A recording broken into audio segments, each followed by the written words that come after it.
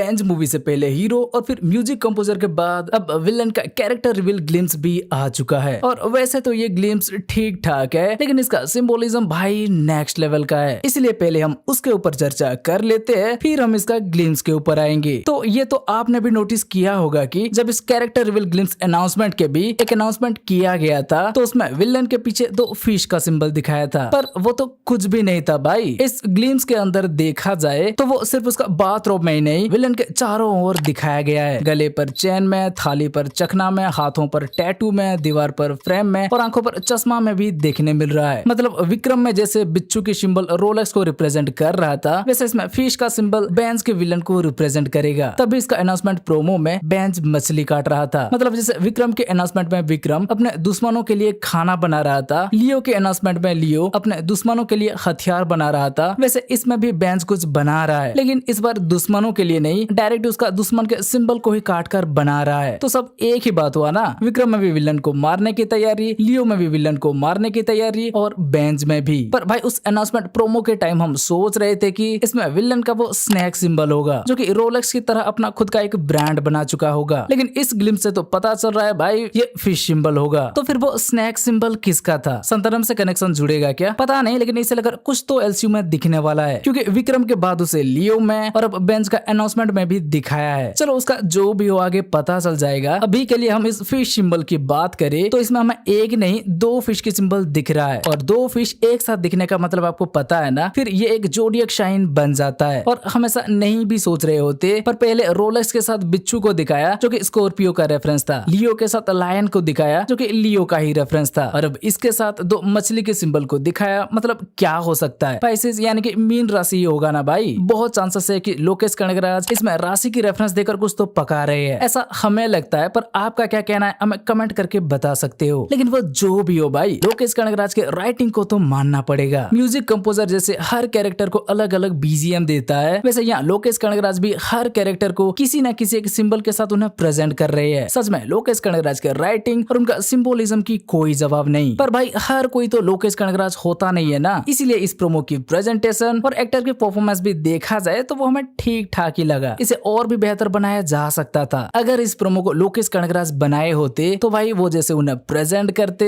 ये रिलीज होने के बाद इंटरनेट पर बवाल मच चुका होता। पर फिर भी इस प्रोमो के जरिए जो वो बताना चाहते हैं वो काफी इंटरेस्टिंग है। शुरुआत इसका फर्स्ट शॉट से करे तो कुछ काटने और कुत्ते की भौंकने से इस ग्लिम्स की शुरुआत होता है, और बाहर हमें डमी मॉडल के साथ साड़ी दिख जाता है, तो हम समझ सकते हैं अंदर वो विलन किसी महिला को ही काट रहा होगा। उसके रूम में भी चारों ओर कई सारे डमी मॉडल दिख रहा है, जिससे पता चलता है कि वो कपड़े, साड़ी या जो भी हो महिलाओं से रिलेटेड कुछ तो बिजनेस कर रहा है। मतलब उसका दिखावा कर रहा होगा और उसके आड़ में महिलाओं को मार रहा होगा। पर वो क्यों, किस लिए, कैसे, उसका जवाब हमें मूवी में मिलेगा। इसके बाद जब वो बाहर आता है तो उसे काफी सारे सोना पहने हम देख सकते हैं, हाथों में, गले में तो है ही, साथ ही साथ दांत भी सोने का, चेयर भी सोने का, टेबल भी सोने का, और साइड में वो पुतला भी सोने का। दोस्तों चारों तरफ सोना ही सोना है। जग सोना सोना लागे दोस्तों। कहीं ये सोने की भी बिजनेस तो नहीं कर रहा है, पर इसका कनेक्शन जाके कूली से जुड़ेगा।